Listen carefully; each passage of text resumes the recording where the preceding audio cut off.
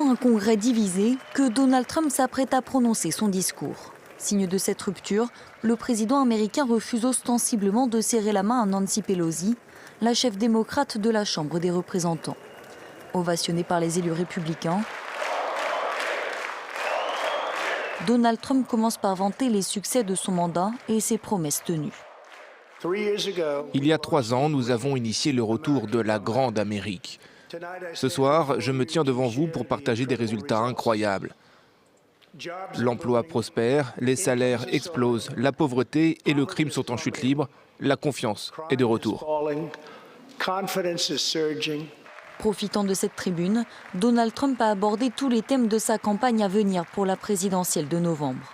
Son mur contre l'immigration mexicaine, son intention d'interdire l'avortement tardif ou encore sa politique étrangère qui a déjà fait ses preuves selon le président américain.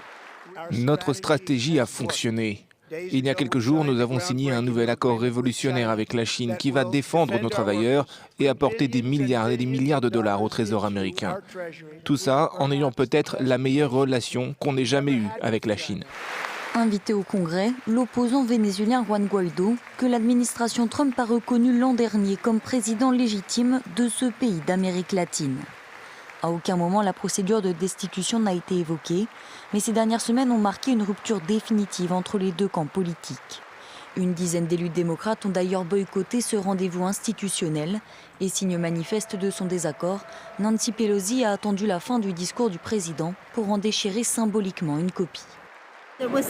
C'était la chose la plus courtoise que je pouvais faire. Donald Trump traverse une bonne période avec un acquittement très probable ce mercredi par le Sénat et 49% d'opinion favorable selon un sondage, son score le plus élevé depuis le début de son mandat.